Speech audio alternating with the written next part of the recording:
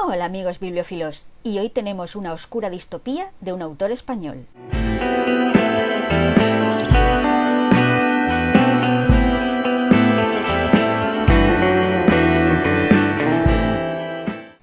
El libro que vamos a reseñar se titula Mañana cruzaremos el Ganges, escrito por Ekaitz Ortega, editado por El Transbordador y que consta de 305 páginas. Yo tuve conocimiento de la existencia de esta novela en el Festival Celsius de este año. Uno de los muchos autores invitados fue Ekaitz Ortega presentando el libro y al hablar sobre él me picó la curiosidad. Fueron dos los argumentos que me convencieron para hacerme con la novela. Uno, que aparentemente se trataba de una distopía muy pesimista. Y dos, que el autor esperaba recibir reacciones y opiniones sobre la historia en sus redes sociales, pero que se había sorprendido porque lo que llegaba era, por ejemplo, su madre diciéndole que a su peluquera le había gustado la novela. Es decir, que gustaba a mujeres, y mujeres de cierta edad además. Una distopía oscura para señoras. Ese es mi nicho. ¿Tienes nicho, Eli? Aparentemente. Que además Ekaitz Ortega firmaba los ejemplares en la caseta en la que estaba Orcini Press. Los emperadores del bizarro. Así que mi libro está firmado. Pero total, ¿de qué va Mañana cruzaremos el Ganges? Estamos a finales del siglo XXI, en Europa, que es ahora un estado, aparentemente, y nuestra protagonista y narradora, Eva Warren, una mujer de 50 y pico, es contratada en el periódico European Times. En medio del tedio, el férreo control de todo lo que huela a subversivo, la persecución religiosa, una sociedad abotargada y de grandes diferencias sociales que los privilegiados ni ven porque viven en otros sectores y una vida en pareja que no se encuentra en su mejor momento, a Eva le encargan cubrir una pequeña noticia: el descubrimiento, por parte de la Universidad de París, de unos archivos de Internet de finales del siglo XX, muy principios del XXI, que se han filtrado a la gente. Y esta noticia, que no tiene una importancia aparente, provocará una serie de sucesos que directa o indirectamente puede que afecten a la protagonista. A ver, esta es la cuestión. La ciencia ficción distópica suele ir sobre un mundo distópico. ¡Wala, Eli! ¿En serio? ¡Qué genio! Un prócer de la década es lo que eres. Sí, sois muy graciosos. Lo que quiero decir es que una distopía desarrolla un mundo distópico porque todo está mal y él o la protagonista de repente se encuentra en una situación donde antagoniza con ese mundo, ese sistema, bien porque cae del guindo, bien porque ocurren cosas que le ponen en dicha tesitura y debe luchar o de alguna manera oponerse a esa realidad opresiva. Lo que prima es el conflicto. En este caso tenemos la historia de una mujer normal, una mujer de un rango de edad a partir del cual es ignorada por la sociedad, que tiene un curro normal como periodista en un medio de comunicación que lidia con una hermana alcohólica y un matrimonio en horas bajas comido por la monotonía. Una mujer corriente, en definitiva, que da la casualidad de que vive en una distopía. Se parece un poco más a una novela de narrativa que a una de género en ese sentido. Y por lo tanto puede darse el lujo de centrarse más en el día a día y los hábitos diarios. Un poco como el cuento de la criada, salvo que incluso en el cuento de la criada la lucha y la oposición al sistema es continua, aunque solo sea mental. Se centra también en explicarte cómo se llegó a Gilead, mientras que Mañana cruzaremos el Ganges no te dice realmente por qué las cosas están como están. Se habla de una clase de crisis que ocurrió 20 y pico años atrás y tras la que se impuso el orden y seguridad que prohibió toda clase de ideología, aunque fuera remotamente subversiva, y trajo un tiempo de extraordinaria placidez. Pero en lo que se centra es en el trabajo y la vida ordinaria de Eva Warren. Y claro, Eva Warren es periodista, una mujer leída, analítica, bastante pedante, su propia hermana se lo echa en cara, y su estilo al contarte las cosas puede que no atraiga a todo el mundo. ¿Sabéis los artículos periodísticos, los de carácter informativo, no los de opinión, como, no sé, los que hablan de una nueva ordenanza que están discutiendo en el ayuntamiento o sobre el número de turistas que llegan al país? Ya sabéis, con frases cortas, separadas por puntos, casi sin comas, cada una de ellas conteniendo un núcleo de información y de manera que no solo tiene que ser descriptivo, sino también explicativo, sin perder nunca la imparcialidad. Justo eso, sí. Un ejemplo, en la página 63. Los problemas que causó la filtración de las webs de GeoCities fueron en aumento. Las webs llegaron a popularizarse más de lo que deseaba el gobierno y se crearon asociaciones clandestinas para estudiarlas. En ellas entraban estudiantes, artistas, filósofos, curiosos, jubilados o personas que ya estaban enlistados por sus molestas inquietudes. En la práctica no causaban demasiados problemas, pero infringían leyes referidas a la posesión de textos subversivos, su distribución, el debate, pertenecía a grupos que dependiendo del caso se podían clasificar como terroristas, conspiración, antipatriotismo. El Estado no se contuvo y fue ejemplarizante. Mandó un aviso a los ciudadanos con detenciones y aprovechó para actualizar la legislación. En un intento de lavar su imagen, pensaron que sería buena idea invitar a periodistas a la sede central de inteligencia. Ante un artículo de semejante calibre pidieron voluntarios y los más veteranos obviaron la oferta. Aparte de verse encerrados allí, intimidados por la situación, cualquiera que enviasen sería investigado a fondo. Todos teníamos algo que ocultar o que no quería ser despertado. Fui la única con una carrera detrás que aceptó y no dudaron a la hora de elegir entre algún ambicioso joven y yo. Al principio se me hizo un poco cuesta arriba este estilo porque me parecía muy seco y algo esquemático, pero tras unas páginas decidí leer Materia Oscura de Blake Crouch primero, y como esta novela está escrita sobre todo en frases de una sola línea separadas por punto y aparte, cuando volví a Mañana cruzaremos el Ganges, el estilo me pareció de lo más normal y no me molestó, lo cual demuestra que tu opinión de un libro depende mucho de cuándo lo leas. Pero en fin, este estilo de narrar le va bien a la historia cuando se trata de construir ese mundo, esa distopía, pero no tan bien cuando Eva habla de su vida personal y de sus sentimientos. Y ya he dicho que su devenir personal es el núcleo de la novela. El problema que yo encontré es que Eva no me cuenta las cosas, me las dice, y eso hace que me cueste mucho entender su relación con las demás personas o darles verdadera personalidad a los demás personajes. Y no hay muchos. Pero como la mirada de Eva los mediatiza tanto, y seamos sinceras, la mujer pasa un poco de todo el mundo, el resto de personajes, salvo ella, se desdibuja mucho. Y no ayuda que todos hablen parecido. Que conste que esto último lo entendí en el sentido en que la mayoría de personas con las que se relaciona Eva son de su profesión y o de su estatus social, y ese mundo no es solo muy homogéneo, sino muy homogeneizante. Así que entendí el registro hablado parecido de todo el mundo en este caso.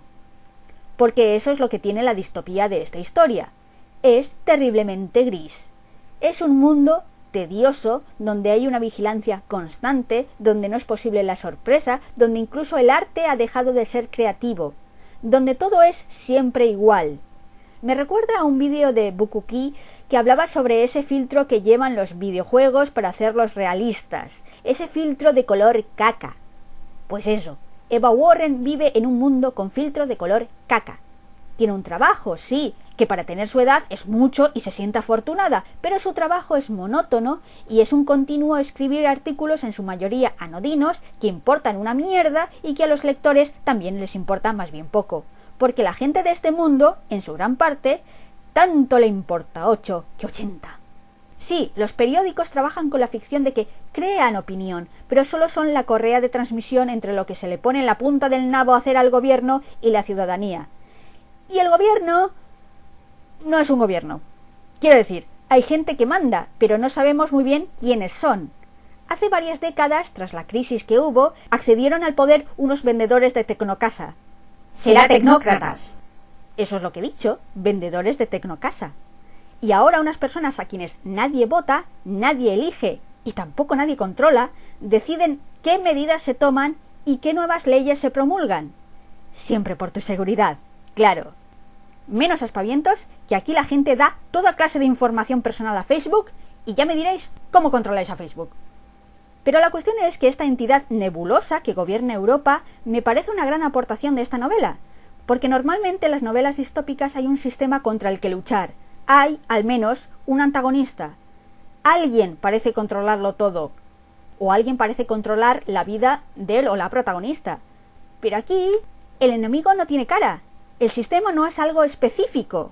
En el libro X-Men, El precio de un sueño, de Julián M. Clemente, el autor habla de cómo en Marvel, en los 90, los autores y dibujantes veían cómo los cómics que creaban cambiaban a la hora de publicarse y no sabían muy bien quién lo había hecho.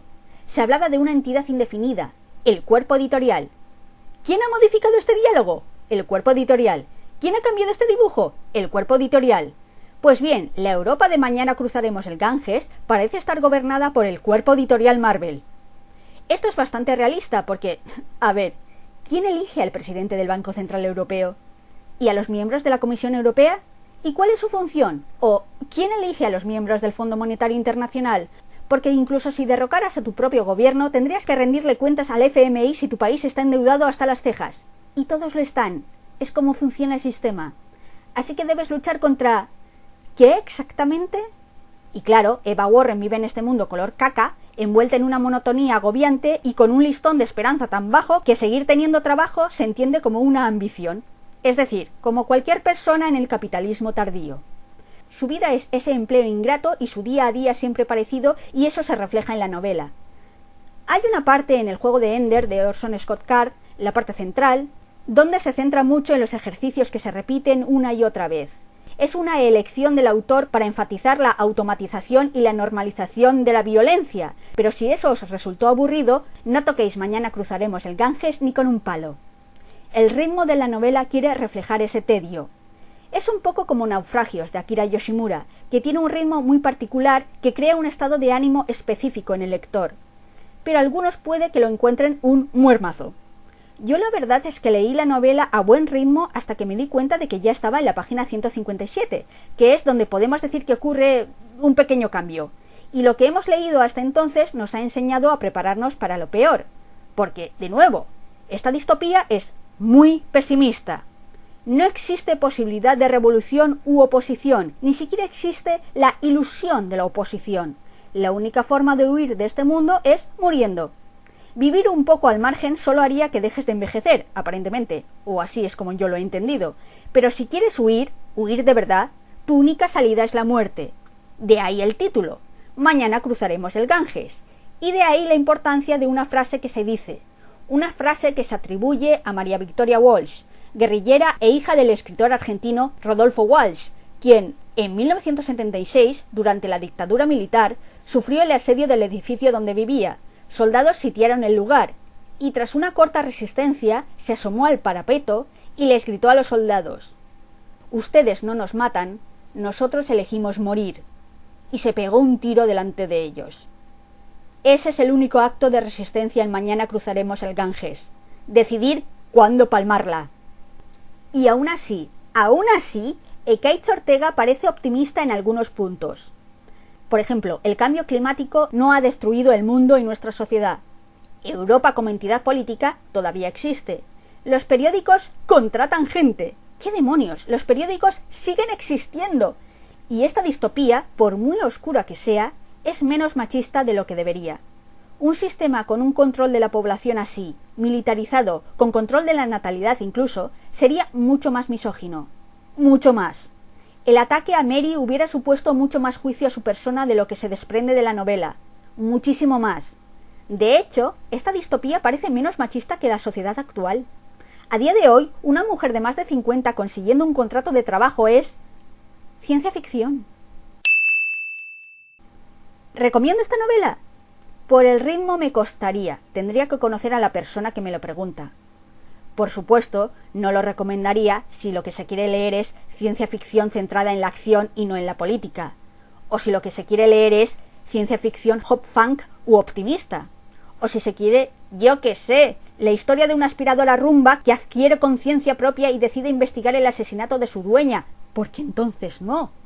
Mañana cruzaremos el Ganges me ha gustado, pero más por las ideas que plantea que argumentalmente cómo lleva la historia, y fue bastante lisérgico leerlo en la huelga de taxistas contra Uber y Cabify que hubo en España, porque en el libro se hace mención a los luditas, y por cierto, puntos para Ekaitz Ortega por saber quiénes eran y contra qué luchaban, exactamente, y lo encontré muy adecuado porque se hubiera tomado un chupito por cada vez que alguien decía que los taxistas se oponían al inevitable progreso, hubiera acabado en coma etílico.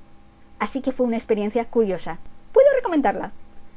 Y debo señalar un toque que me parece de genialidad en la novela. Los archivos de internet que se descubren al principio son páginas de GeoCities. ¡GeoCities! Me parto de risa al pensar que esas páginas de fondos de colores chillones y archivos WAP que sonaban en cuanto entrabas en ellas sean el germen de la rebelión. La gente haciéndose anarquista tras leer fanfics de Expediente X escritos en Comic Sans. Este chiste me encantó.